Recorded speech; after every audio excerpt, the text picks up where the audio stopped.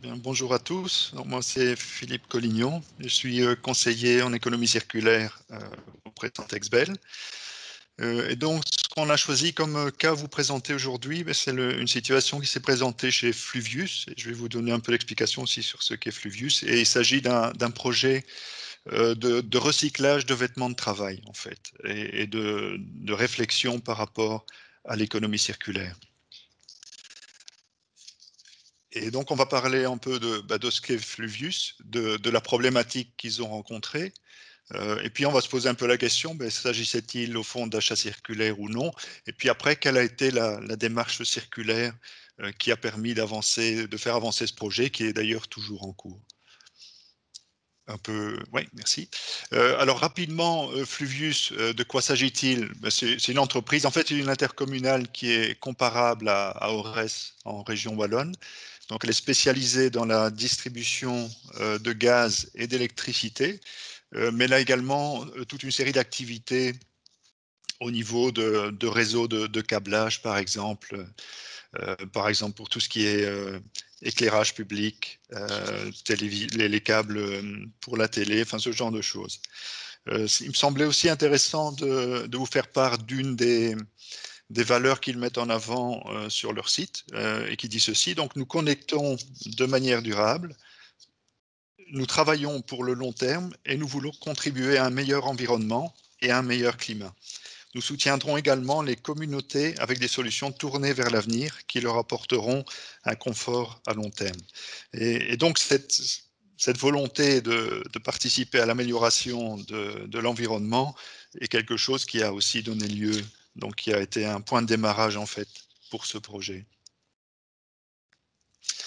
Alors, quelle était la problématique rencontrée par Fluvius? En fait, Fluvius est un nouveau nom, c'est une nouvelle entité ou une intercommunale qui résulte de la fusion de trois entités qui existaient auparavant. Et donc, pour ce faire, ils ont créé un nouveau nom, Fluvius, et ils voulaient aussi amener une nouvelle image. Et donc, un des problèmes qui s'est posé, en quelque sorte, c'était de transformer la garde-robe existante, en quelque sorte, c'est-à-dire toute une série de vêtements qui existaient déjà dans les trois entreprises qui ont fusionné, et d'amener tout ça vers un nouveau look avec un nouveau logo. Donc on s'est retrouvé à ce moment-là avec toute une série de vêtements qui étaient avec l'ancienne image de marque des différentes entreprises, mais en même temps il s'agissait d'une quantité considérable. Et donc une destruction était difficilement envisageable, ou en tout cas absolument non souhaitable, et d'autant plus par rapport aux valeurs dont j'ai fait part juste avant.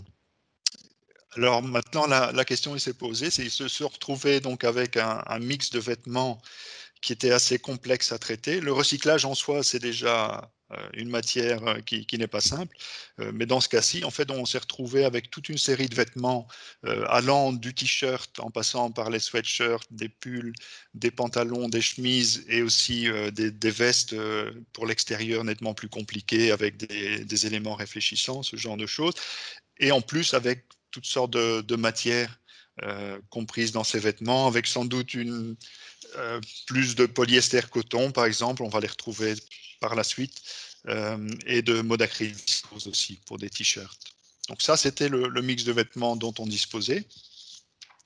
Alors, ces vêtements, au départ, ils n'ont pas été achetés comme dans un cycle, on va dire, circulaire. C'est des vêtements qui ont été achetés, on va dire, par la voie classique, en fonction des besoins. Il s'agissait de vêtements de travail dans ce cas-ci. Alors, du coup, le seul impact positif qu'on pouvait avoir en ayant une réflexion économie circulaire, on va dire, mais c'était essentiellement au niveau de la fin de vie, qui pouvait peut-être devenir le début de la vie d'un autre article, soit à nouveau un vêtement, idéalement, on va dire, soit d'autres objets. Alors, pour ce faire, Fluvius a essayé d'impliquer différentes organisations. Donc, au départ, il a contacté Santexbel pour avoir un avis technique sur la question.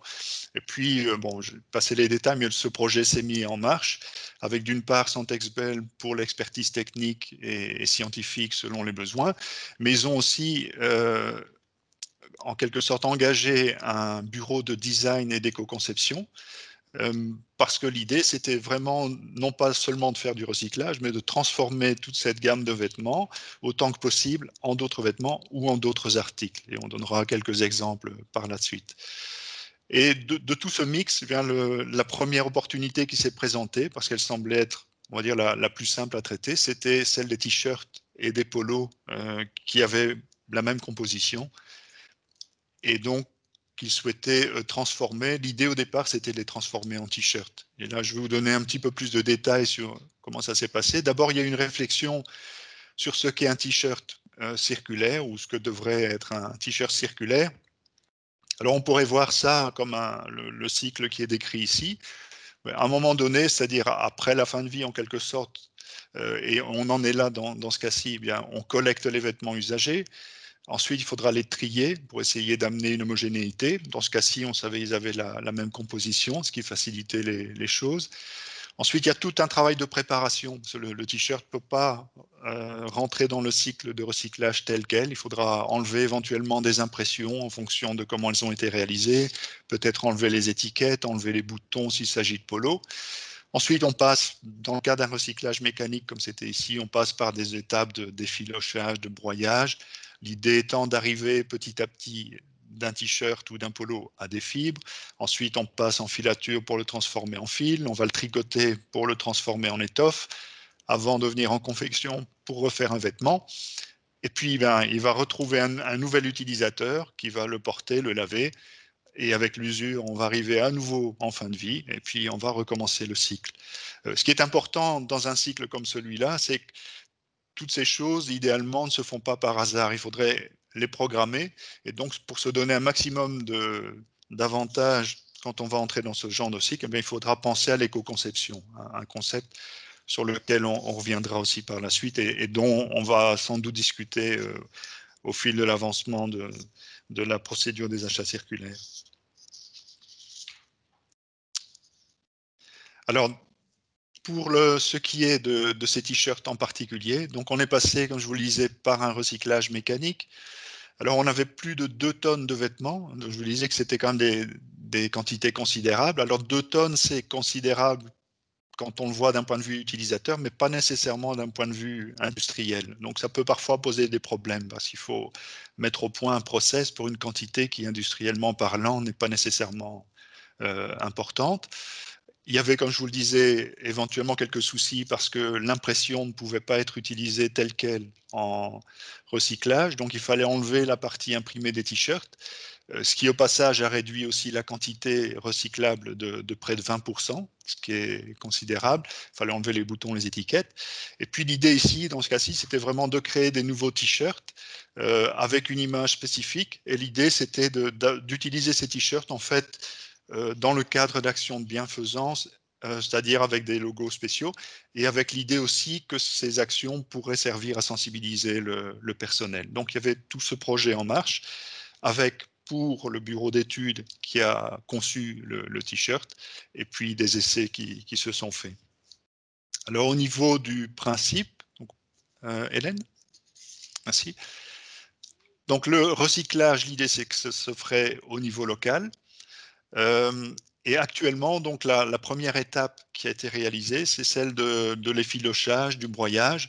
Et je ne sais pas si vous pourrez voir, mais je vais quand même essayer. Donc en gros, pour l'instant, ces t-shirts bleus qu'on avait, que vous avez pu voir sur les photos, eh bien c'est devenu une masse fibreuse, voilà, comme celle-ci. Donc on n'en est pas encore au stade des fils, ça va venir juste après. Mais pour l'instant, donc on est à cette étape-là. Et l'idée, c'est aussi de faire le filage du fil et le tricotage ensuite du tissu dans la région. Mais tout ça doit encore faire comment dire, doit passer par différents essais.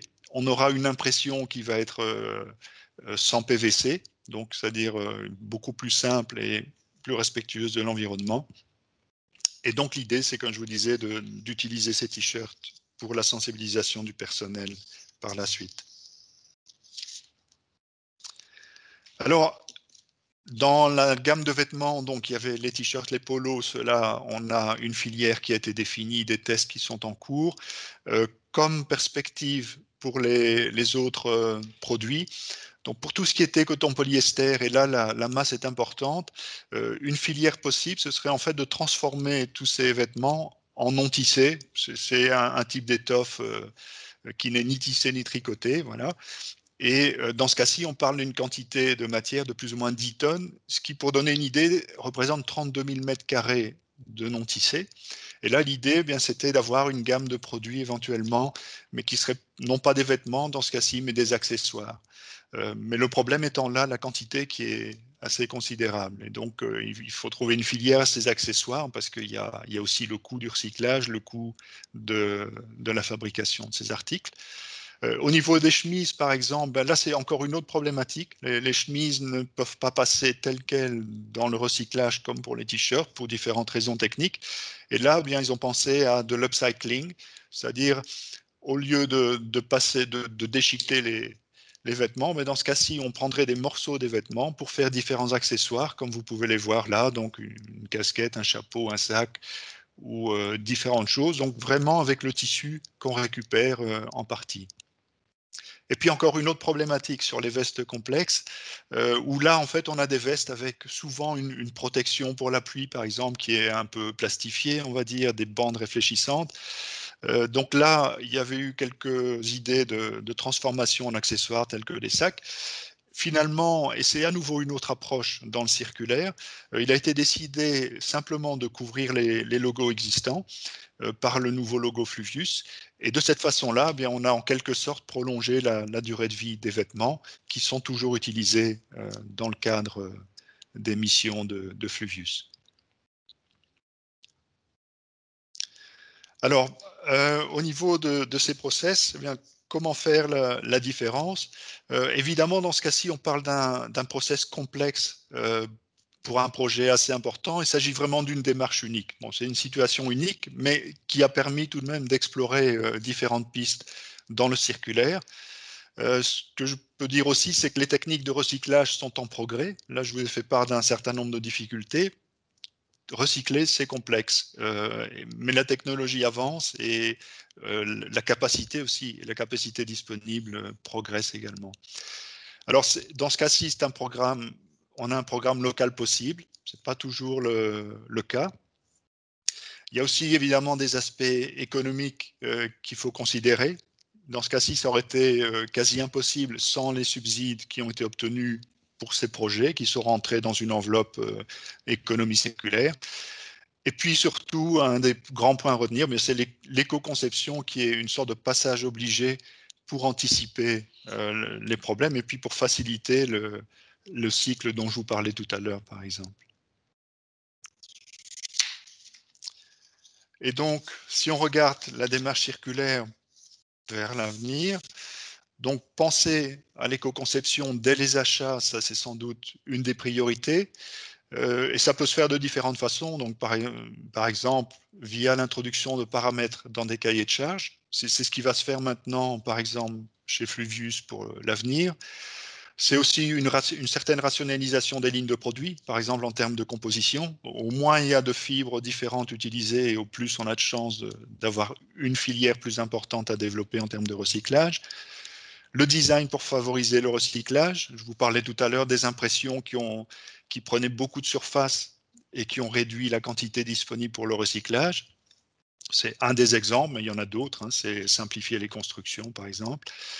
Tenir compte des normes propres aux vêtements de protection, mais ça reste en fait la réalité dans ce cas-ci, puisque la priorité, c'est un vêtement qui protège, et donc il y a toute une série de normes à respecter et qui ont bien sûr la priorité et qui doivent être intégrées au niveau du concept, de l'éco-conception. Réduire l'impact environnemental autant que possible. Et là, bien, une des façons de faire, là, une des plus simples, c'est d'utiliser des fournisseurs qui sont eux-mêmes engagés dans le respect de l'environnement, qui eux-mêmes ont éventuellement déjà un pied dans le circulaire et qui peuvent le démontrer. Et puis aussi un point important, c'est de sensibiliser le personnel aux questions environnementales via des communications internes, via des événements, des webinaires ou différentes choses.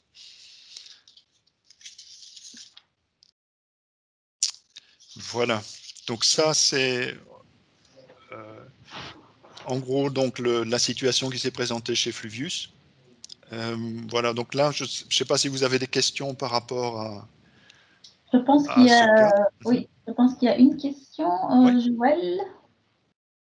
Allez-y. Joël? Bon. Oui, pardon, j'avais écrit en fait.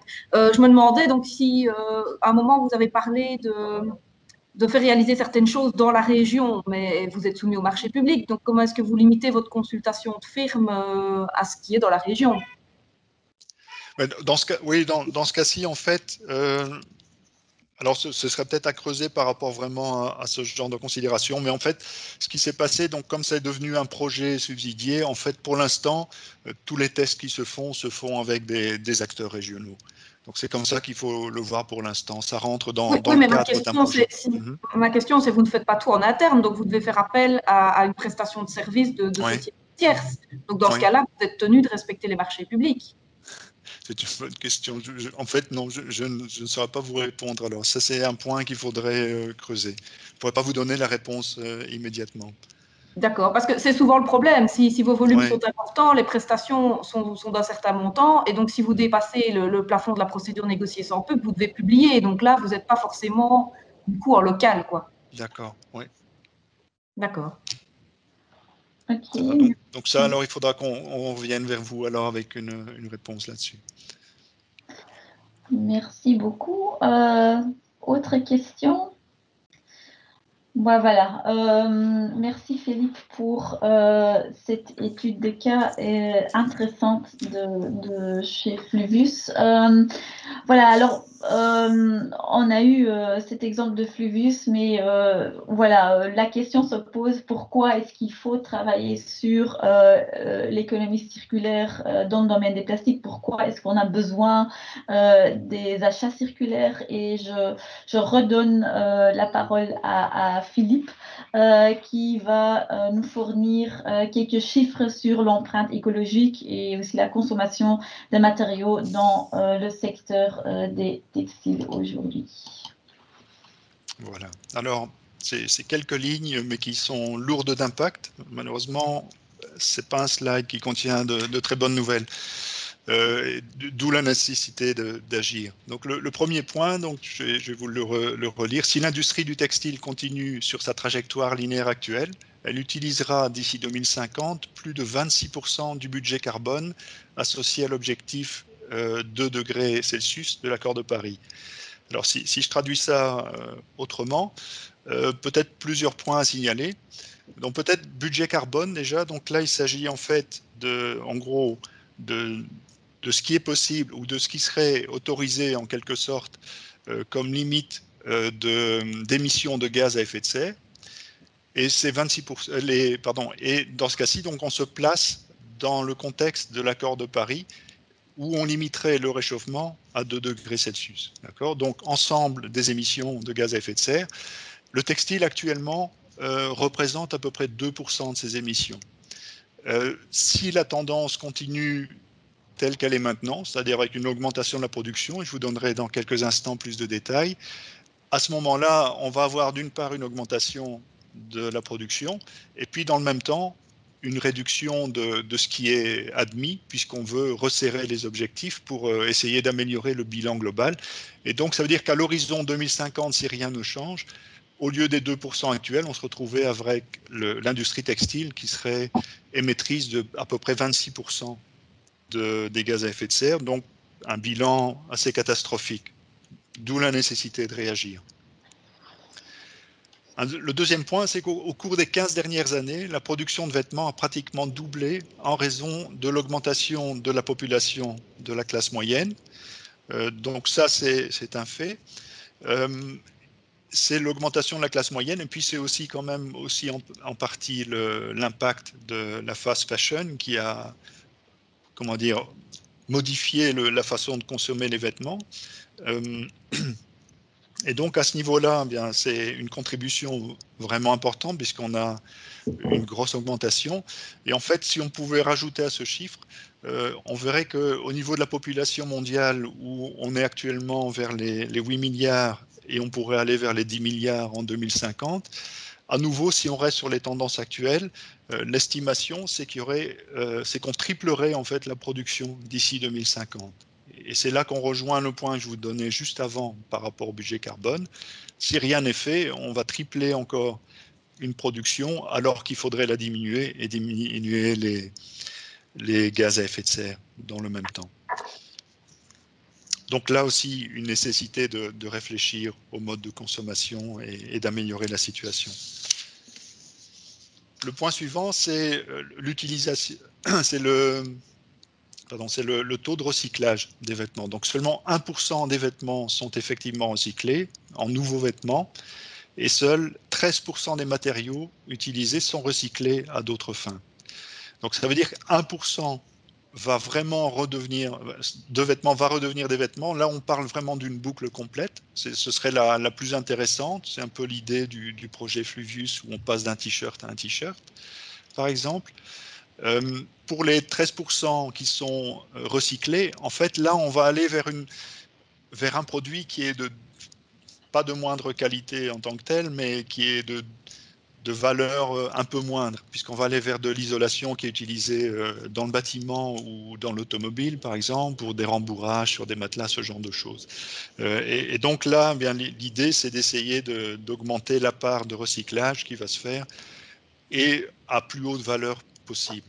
Et là, évidemment, c'est une question d'organisation, mais c'est aussi une question de capacité technique, de technologie, de différentes choses ainsi. Mais donc là aussi, il y a un net besoin d'améliorer la situation. Il y a beaucoup trop de vêtements actuellement qui terminent leur course soit dans des décharges ou en incinération. D'autre part, on estime donc que plus de la moitié de la fast fashion produite est jetée en moins d'1 an. La durée de vie moyenne d'un vêtement n'est que de 3 ans. Et en fait, pour compléter cet élément-ci, donc ce qui est noté aussi, c'est qu'au niveau mondial, le nombre de fois où un vêtement est porté avant qu'on s'en défasse a baissé de 36% sur les 15 dernières années. Donc, ce qui est une baisse importante.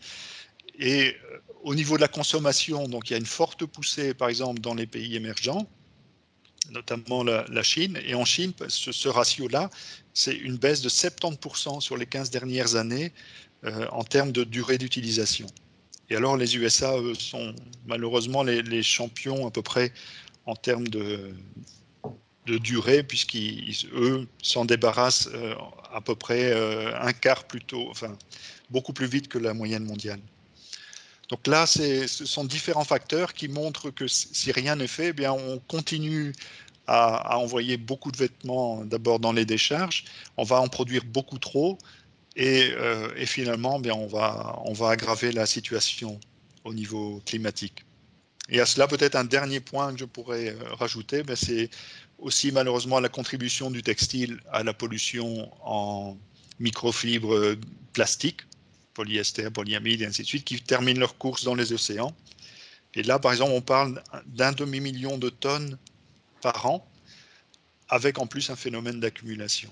Donc là aussi, un impact lourd et négatif de l'industrie textile.